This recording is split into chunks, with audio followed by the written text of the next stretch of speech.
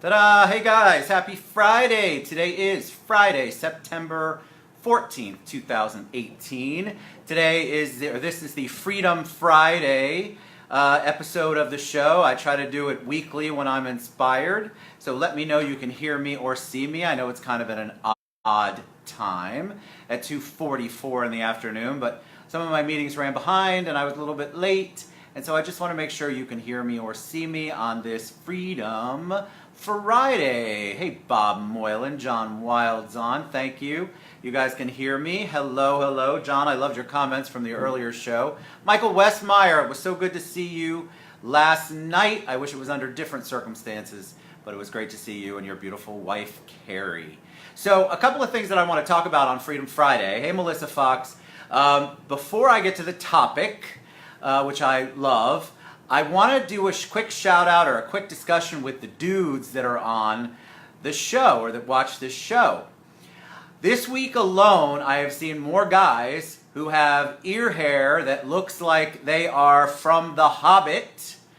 And I need you to find a significant other, a person, anybody, go to Publix and find an old lady in line that will help you get rid of that ear hair. When I see the hair coming out of your ears and you can braid it, the same with your nose hair, guys, look in the mirror. It's not that difficult to see if you've got hair coming out of your nose and your ear. And significant others, girls, dudes, whatever you are, why aren't you telling them?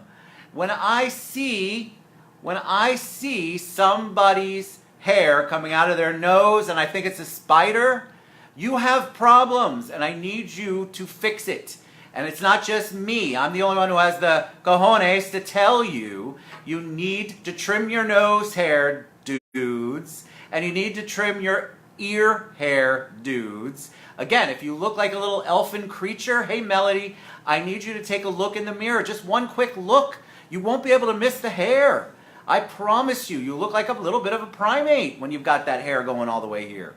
So just get in there, dig in, get rid of the nose hair that looks like a spider and the ear hair that looks like, yes, it all grows everywhere, John, but we should be trimming it. Yeah, Michael, I'm not specifically talking about you, but this week, wow, I had somebody that I was looking at and the only thing I could think about was that spider that was coming out of their nose. And I just wanted to say, where is your spouse? Why is somebody not telling you? And why don't you notice it yourself? So, great Friday, hey sissy. All right, so the topic is for Freedom Friday, and again, it's a Friday afternoon. I won't keep you too long, but it's been I don't know, kind of a long week, not a rough week, very emotional week. We had the celebration of life for our friend Bob Lee last night. I was very emotional. It was a beautiful event to celebrate his life. He passed last month. I can't remember what month we're in, but it's so we finally had the celebration of life. But this particular topic came to me like all of them do. If you've ever played that game, Never Ever Have I, or Never Have I Ever, whatever your version is, or I Never Have.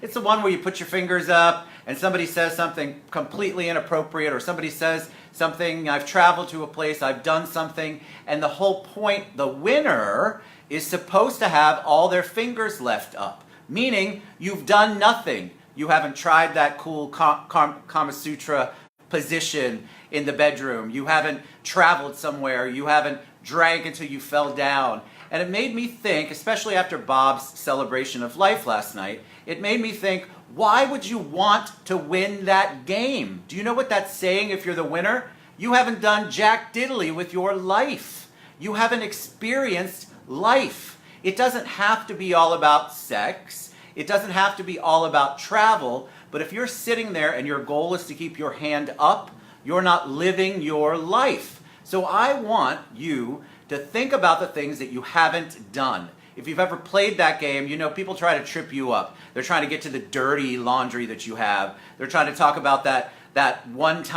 night affair you had. They're trying to talk about the crazy people you hang out or how much you drink on a weekly basis.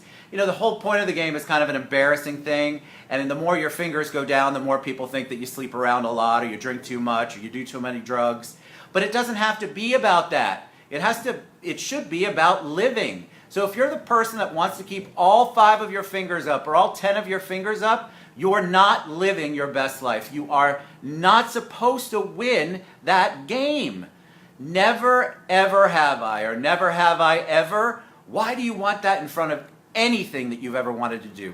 Why do you want that in front of any experience that's out there that you would like to engage in? You want to travel? I don't know, you stole something when you were a kid. Why is it that we aren't experiencing things? I'm not telling kids to steal things. But there are things that we all wanted to do. Go to the baseball game you wanted to go to. Travel. Date the girl. Ask the girl out. Ask the guy out that you wanted to go out with them. Eat the meal somewhere. Spend the money you don't have. Spend your rent money on travel.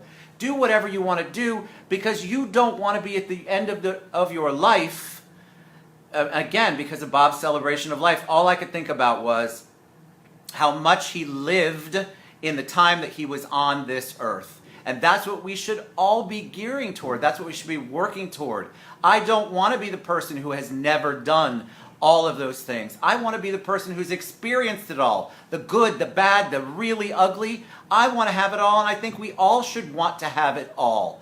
I don't want to go through my life pristine and perfect and bubbled in, and all things are golden, and I've only ever done everything by the golden rule. I want to treat people that way, but I don't want to live my life being afraid of things, being afraid not to try things. I don't want to live my life like the person who wants to win at that never have I game, because all that means to me and to you is that you are not experiencing all that life has to offer. So when Bob's pictures last night were all around the celebration of life, and I'm looking at it, I have never wore an orange jacket. So you need to wear an orange jacket, John Wild. Come get it. That's what I'm talking about. Go outside your 9 dots. If I hear one more guy, back to guys, I'm picking on them. Yes, John, we spend too much time thinking about the destination and we miss the journey. So if I have one more dude tell me, with his nose hair and his ear hair, I could never wear your kinds of jackets, Ted. Why not? Why would you not? Go buy a clown suit if that's what you want to wear, but why do you want to stick in the grays all the time? Don't be gray. Gray is so boring. And I'm telling you that not because I'm trying to give you a hard time if that's where you live, but I feel for you. I want you to get out of the gray. Get into the color. You know what? If you don't know how to shop for this stuff, Stacy and I will help you. She's the one that gets it. I just wear it. She dresses me like a Ken doll. I just have to remember what goes with everything in the morning because she's not there when I put it on. But don't live your life in the gray area. There's got to be color in your life. I have never done something. When you say that out loud, doesn't that sting a little bit? It should, because I guarantee you there are things that you're sitting there going, I can't wait until I can. I can't wait until I have enough money. I can't wait till my kids are old enough. I can't wait till I retire. What if you're like Bob? God bless him. I don't think he thought he was going to go as early as he did, and there was so much more that I know he wanted to do personally. I know it because we talked about it. And so if you have a dream, if you have something you want to do, try to go out and do it. And don't even try. Find something, little baby steps. We talk about this on the show all the time. Take baby steps. I'm not saying sell your car and go travel Europe. Especially if you have a family and responsibilities. Be responsible about it, but stop waiting for that day to come. I'm going to have kids when I can afford it. I'm going to open my business when I can afford it. Let me tell you, when I had my first child, Stacey and I did, we didn't have a pot to piss in. That's the God's honest truth. We had nothing, no money. I would have never wanted to wait. And you know what happened?